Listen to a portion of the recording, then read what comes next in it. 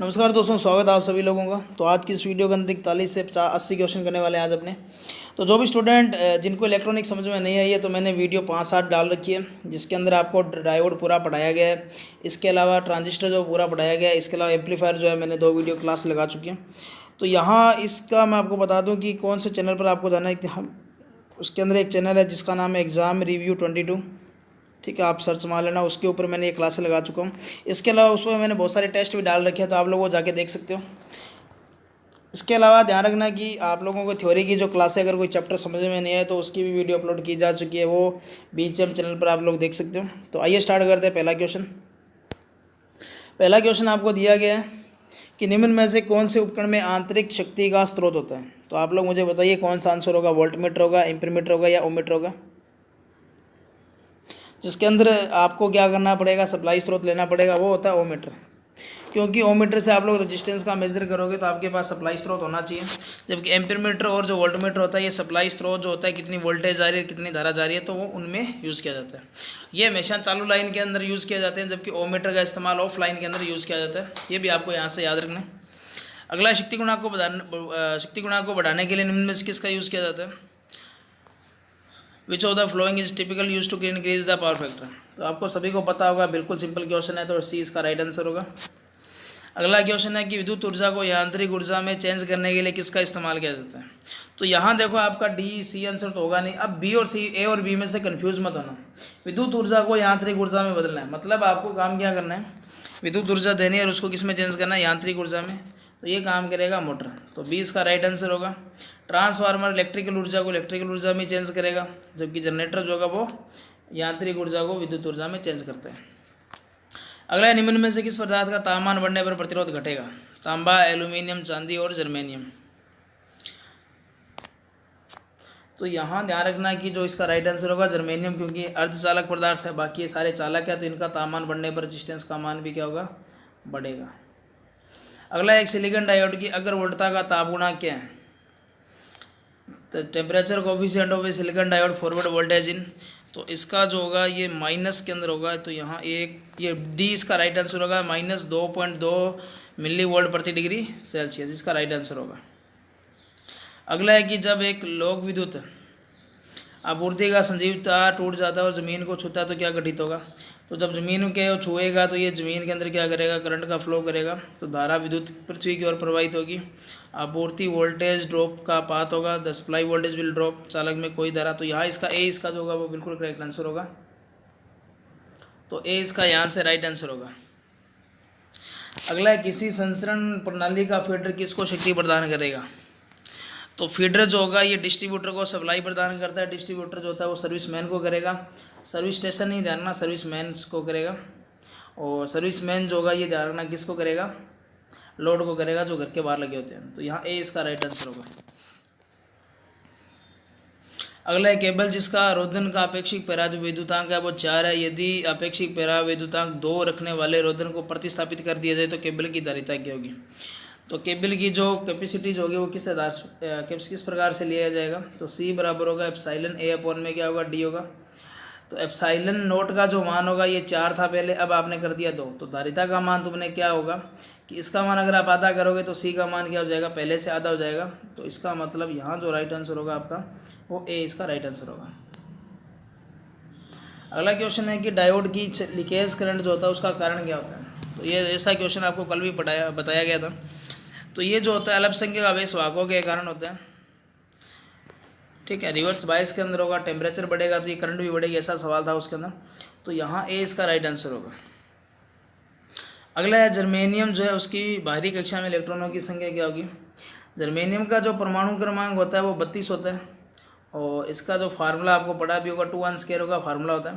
पहली कक्षा में 2 इलेक्ट्रॉन होंगे, दूसरी में 8 होंगे, तीसरी में 18 होंगे। तो यहाँ तक आपने 28 इलेक्ट्रॉन भर दिया, लास्ट कक्षा में कितने होंगे, 4। और वैसे भी ध्यान रखना, जो अर्धचालक पदार्थ होते हैं, चाहे कार्बन हुआ, चाहे सिलिकॉन हुआ, चाहे जर्मेनियम हुआ, उनकी अंतिम कक्षा में इलेक्ट्रॉनों की संख्या 4 होती है। इसका मतलब अर्धचालक जो होंगे वो हमेशा चतुर्थ योजी होते हैं। तो ए इसका राइट आंसर होगा यहाँ से। अगला है, पी टाइप अर्धचालक में डोप्ड है, यानी कि पी प्रकार का जो अर्धचालक होगा उसमें क्या चीज़ की शुद्धि मिलाकर तैयार किया जाता है। पी का मतलब हो गया अपना जिसमें होलों की संख्या ज़्यादा होगी।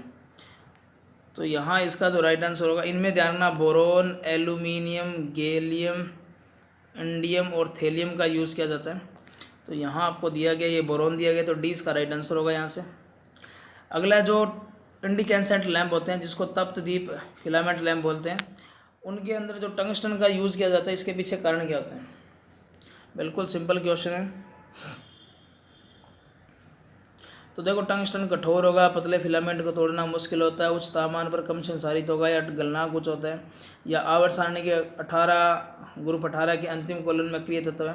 तो 18 ग्रुप में तो ये आता भी नहीं है, ध्यान रखना, क्योंकि उसमें निष्क्रिय गैस होगी, तो ये ऑप्शन यहाँ से नहीं होंगे। इसका जो गलनांक होता है वो हाई होता है, लगभग 3500 डिग्री सेल्सियस या 3400 डिग्री सेल्सियस के बीच में होता है, लगभग 3400 डिग्री सेल्सियस तक होता है इसका गलनांक, इसलिए तो इसका ए होगा वो करेक्ट आंसर होगा। अगला है ट्रांसफार्मर की जो कोर जो होती है उसको पटलित किए जाने का कारण क्या होता है? तो ये आपने बहुत बार क्वेश्चन देखा भी होगा। तो पटलित करते हो ये भंवर द्वारा हानियों को कम करने के लिए करोगे, और भंवर द्वारा हानियाँ कौन सी होती है? कोर लॉस होगा, ठीक है। तो यहाँ इसका जो राइट आंसर होगा वो क्या होगा? ए होगा। अगला क्वेश्चन है कि लोड को हटाने पर लंबी संचरण की जो लाइन होती है, प्राप्ति सिरे पर जो वोल्टेज होता है प्रेषण सिरे से अधिक प्राप्त होता है, इस घटना को क्या कहेंगे? तो देखो यहाँ पे जैसे ये लाइन है, अगर आप लोग यहाँ 230 वोल्ट भेज रहे थे और यहाँ आपको मिल रही थी पहले, ठीक है, 200 कितनी मिल रही थी? 15। अब आपने लोड हटा लिया, लोड हटाते ही आपको जो वोल्टेज मिलेगी, जैसे मिलेगी 240 मिलेगी, तो आपने भेजी थी 230, आपको ज़्यादा मिल रही है, तो ये लाइन की धारिता के कारण होता है। और इसका प्रभाव सबसे पहले देखा था फेरांटी ने देखा था, इसी कारण इसको क्या बोला जाता है? फेरांटी प्रभाव बोला जाता है। तो बी इसका यहाँ से राइट आंसर होगा। अगला क्वेश्चन आपको दिया गया है कि जब आपूर्ति 50 हर्ट्ज है और पोलों की संख्या कितनी है? 10 है, और सिंक्रोनस गति पूछी गई है। तो ये आप लोगों को बिल्कुल सिंपल क्वेश्चन है। 120 एफ बटा में क्या होगा? पी होगा। तो 120 इंटू 50 बटा में क्या कर दोगे? 10। तो 120 को 5 से गुणा करेंगे तो कितना आएगा? 600। तो डी इसका यहाँ से राइट आंसर होगा। अगला क्वेश्चन है कि 6 पोल है, 3 फेज की प्रणाली और 50 हर्ट्ज है, तो स्लिप का मान दे रखा है 3%, तो मोटर की गति कितनी होगी? तो इसका बिल्कुल सिंपल मेथड है। तो पहले आप लोग NS का मान निकाल लें। 6 पोल पर इसका जो मान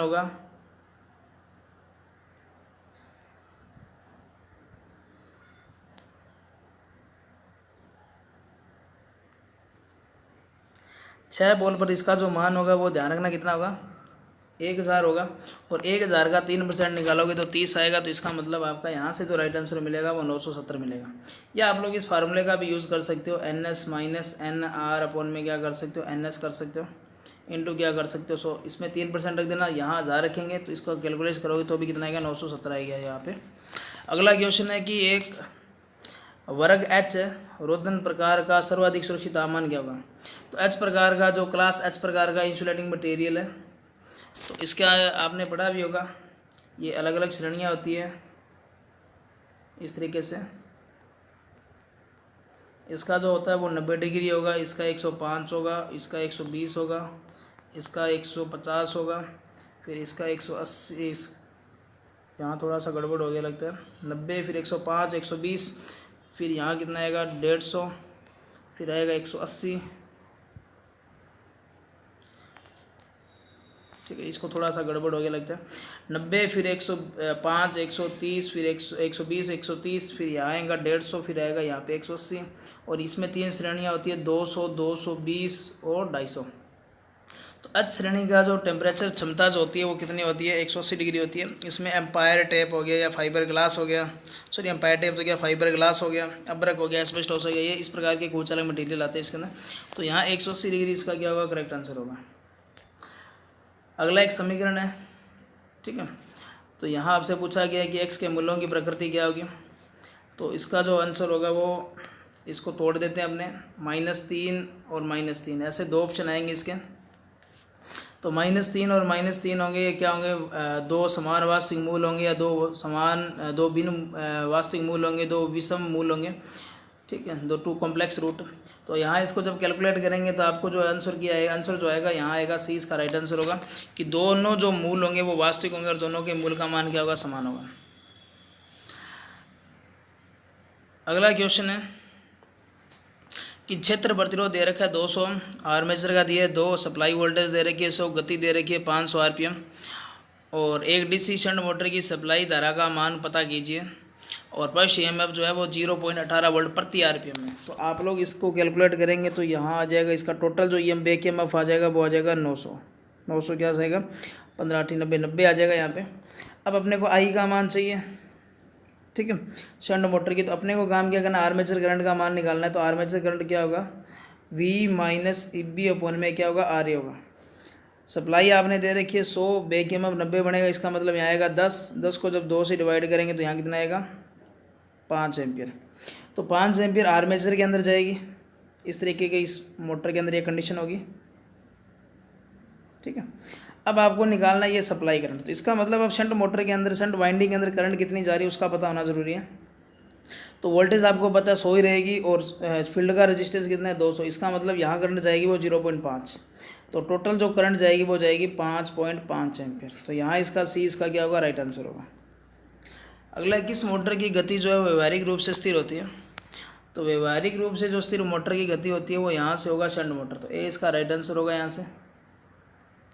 अगला, ए और बी बिंदुओं के बीच में प्रभावी प्रतिरोध कितना है। तो इसका बिल्कुल सिंपल तरीका है, इन दोनों को कैलकुलेट करेंगे तो कितना आएगा, 1 ओम आएगा, क्योंकि दोनों समांतर क्रम के अंदर है। अब इस पॉइंट पर आओगे तो एक आधा आधा करेंगे तो 2 हो जाएगा, 2 और 2 वापस समांतर में होगा। इसका मतलब कैलकुलेट करेंगे तो 1 ओम इसका राइट आंसर होगा। अगला क्वेश्चन है कि 10 ओम का प्रतिरोध है, 6 वोल्ट की बैटरी से जोड़ा गया जिसका आंतरिक प्रतिरोध 2 ओम है और 10 ओम के प्रतिरोध के आर पार वोल्टेज कितनी होगी। काफ़ी मज़ेदार क्वेश्चन है। देखो, लोड पर अगर आपको वोल्टेज चाहिए तो लोड के अंदर करंट कितनी है वो आपको निकालनी पड़ेगी। तो सबसे पहले लोड का करंट निकाल लेते हैं, ये मतलब कितनी जाएगी। फिर सेल का जो बैटरी सेल जो है वो कितना वोल्टेज ड्रॉप कर रहा है अंदर। तो 6 वोल्ट का सेल है तो इसका मतलब अपने को काम क्या करना है, लोड पर वोल्टेज चाहिए। तो यहाँ से धारा निकाल लेते हैं टोटल कितनी होगी। तो 6 ये वोल्टेज होगी, 10 ओम का प्रतिरोध हो गया, 2 ओम इसका आंतरिक प्रतिरोध हो गया। इसको जब डिवाइड करेंगे तो 1/2, ठीक है। 1/2 क्या होगी, एम्पेयर क्या होगी, करंट होगी। अब सेल कितना ड्रॉप कर रहा है अंदर, तो V बराबर होगा I इंटू आर। तो I का मान आपको पता है 1/2 का। अब रजिस्टेंस सेल का कितना है, यहाँ सेल का आंतरिक प्रतिरोध है वो 2 में। तो इसका मतलब सेल का जो वोल्टेज ड्रॉप अगर आपसे पूछा जाता तो 1 वोल्ट होता। अब लोड पर कितनी होगी, 6 वोल्ट का सेल था, 1 वोल्ट इसने खुद ने ड्रॉप कर लिया तो बचेगी कितनी वोल्टेज, 5। तो काफ़ी अच्छा क्वेश्चन है। यहाँ पे 2 से 3 सवाल बन सकते हैं कि बाहर धारा क्या होगी, सेल का आंतरिक वोल्टता ड्रॉप क्या होगा। ये आपसे पूछा जा सकता है कि लोड पर वोल्टेज कितनी होगी, जैसा इसमें पूछा गया। तो 5 वोल्ट इसका राइट आंसर होगा। अगला क्वेश्चन है कि line voltage in star connection is balance 3 phase. तो लाइन वोल्टेज होती है वो आपको पता है ज़्यादा होगी, √3 गुना होती है किसकी, फेज वोल्टेज की। तो अब आप कैलकुलेट करके देखें कौन सा इसका राइट आंसर होगा। ये बराबर होगी, ये हो नहीं सकता, उपरोक्त में से कोई नहीं हो नहीं सकता। अब 1/√3 नहीं होता, 3 √3 गुना होगा, तो सी इसका राइट आंसर होगा। अगला, 3 फेज डेल्टा कनेक्शन की लाइन धारा क्या होगी। तो अभी जो आपने पढ़ा है लाइन धारा जो होगी, क्योंकि स्टार के अंदर तो वोल्टेज √3 गुना होती है, जबकि डेल्टा के अंदर क्या होगा, करंट 3 गुना होगी। तो यहाँ जो होगा इसका राइट आंसर होगा, फेज धारा का √3 गुना होगा, तो सी इसका राइट आंसर होगा। अगला क्वेश्चन है कि वाट मीटर जो होता है वो किस शक्ति का मापन करेगा। तो ये दोनों ऑप्शन हो नहीं सकते, बचेगा एवरेज पावर। एवरेज पावर बोल दो या इसको बोल दो वास्तविक शक्ति। एक बात आपको याद रखनी है कि वास्तविक शक्ति को औसत पावर भी बोला जाता है। तो आप लोग कंफ्यूज मत होना कि वास्तविक शक्ति का मापन करेगा, यहाँ ऑप्शन में नहीं दिया गया। तो वास्तविक और एवरेज पावर दोनों का मतलब सेम है, तो बी इसका राइट आंसर होगा। अगला क्वेश्चन दिया गया, काफ़ी अच्छा क्वेश्चन है कि निम्न में से निम्न शक्ति गुणा का कारण नहीं है। तो सेलिंग फैन के कारण पावर फैक्टर बैक होता है, मतलब लैगिंग होता है, इसके कारण भी होता है लैगिंग, इसके कारण भी होता है। जो इंडिकेसेंट लैंप होते हैं, फिलामेंट लैंप होते हैं, इनका पावर फैक्टर 1 होगा, तो यहाँ ए इसका राइट आंसर होगा। तो ये इसका कारण नहीं है।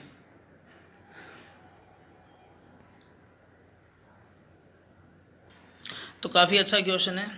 तो कंट्रोलिंग पैरामीटर कौन सा होता है। तो ट्रांजिस्टर के अंदर आप लोग हमेशा आउटपुट करंट का मान चेंज करोगे, आउटपुट करंट जो होता है वो कलेक्टर करंट होगा। तो डी इसका राइट आंसर होगा। अगला क्वेश्चन है कि कोरोना जो होता है, आपने पढ़ा होगा कि जब वोल्टेज का मान ज़्यादा होता है एक सीमा से, तो वो क्या होती है कि एक साउंड के साथ साथ क्या करता है, एक प्रकाश दीप्ति भी निकलती है जिसको कोरोना कहा जाता है। तो ओजोन गैस उत्पन्न होती है इसके कारण। तो वो काम क्या करती है, पावर फैक्टर को कम करेगी, ये नहीं होता आंसर। चालक पर संसारण प्रभाव डालती है, यानी कि चालक पर क्या करती है, एक जंग उत्पन्न करती है। तो इसका बी इसका राइट आंसर होगा। पावर फैक्टर को बढ़ाने का काम नहीं करती, नहीं क्या करेगी, धारा को भूमि की ओर प्रवाहित करती है। तो यहाँ से इसका जो राइट आंसर होगा वो क्या होगा, बी होगा। अगला क्वेश्चन है कि केबल पर जो इंसुलेशन की जो मोटाई होती है वो किस बात पर डिपेंड करती है। ये क्वेश्चन बहुत से एग्जामों में पूछा गया है, तो ये मैंने आपको वीडियो बताई भी होगी, वीडियो देख लेना। इंसुलेशन का मैंने एक स्पेशल टॉपिक भी करवाया आपको। तो इंसुलेशन आपसे पूछा गया है इस तरीके से। तो यहाँ जो इसकी जो निर्भर करेगा ये वोल्टेज पर डिपेंड करेगा। तो डी नहीं होगा यहाँ पे, इसका सी इसका राइट आंसर होगा यहाँ से। अगला क्वेश्चन है कि केबल में आवेशन धारा जो होती है, चार्जिंग करंट जो होती है, अभी मैंने आपको बताया था कि जो जब लोड को हटाया जाता है तो उस समय जो आपको वोल्टेज ज़्यादा मिलती है तो वो चार्जिंग करंट की वजह से मिलती है, जो कैपेसिटेंस के कारण होती है। और ये वोल्टेज से 90 डिग्री क्या होगी, फिर आगे होगी। तो यहाँ नीचे वाले 2 ऑप्शन जा चुके हैं यहाँ से, इसका मतलब बी इसका क्या होगा यहाँ पे करेक्ट आंसर होगा। अगला क्वेश्चन है कि एक जो बाईपोलर ट्रांजिस्टर होता है उसमें 3 टर्मिनल होंगे, ई, बी और सी। उसमें अपमिश्रण सांद्रता के अनुसार क्या बदलता है। तो डोपिंग आपको बतानी है, सबसे ज़्यादा फिर सबसे कम किस में होती है।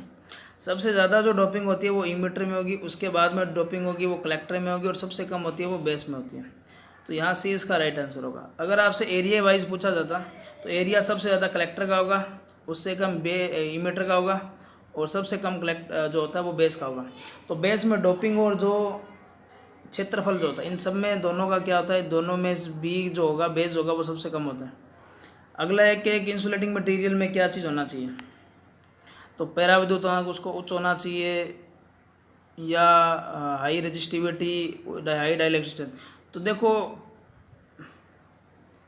उच्च रेजिस्टिविटी, तो इंसुलेटिंग मटेरियल के अंदर ध्यान रखना प्रतिरोधकता उच्च होनी चाहिए, परमिटिविटी लो होनी चाहिए, डाइलेक्ट्रिक स्ट्रेंथ भी क्या होनी चाहिए, हाई होनी चाहिए। तो डी इसका क्या होगा राइट आंसर होगा, क्योंकि प्रतिरोधकता क्या होगी उसकी उच्च होनी जरूरी है, और डाइलेक्ट्रिक स्ट्रेंथ भी क्या होना चाहिए उसको ज़्यादा होना चाहिए, वरना क्या होगा वो कम वोल्टेज पर ही क्या होगा उसका ब्रेकडाउन हो जाएगा। अगला क्वेश्चन है कि 450 का x% 21 है। तो 420 x बटा में 100 बराबर क्या आ जाएगा 21। इसको कैलकुलेट करेंगे तो कितना आएगा, तो 5 इसका यहाँ से क्या होगा राइट आंसर होगा। अगला इल्यूमिनेशन इंटेंसिटी, तो इसका मात्रक आपसे पूछा गया। देखो यहाँ 3-4 चीज़ें मैं बता देता हूँ कि देखो ल्यूमन किसका मात्रक होगा, कैंडेला किसका होगा, और लक्स किसका होगा। लक्स होता है वो प्रदीप्ति का होगा, इल्यूमिनेशन का होगा।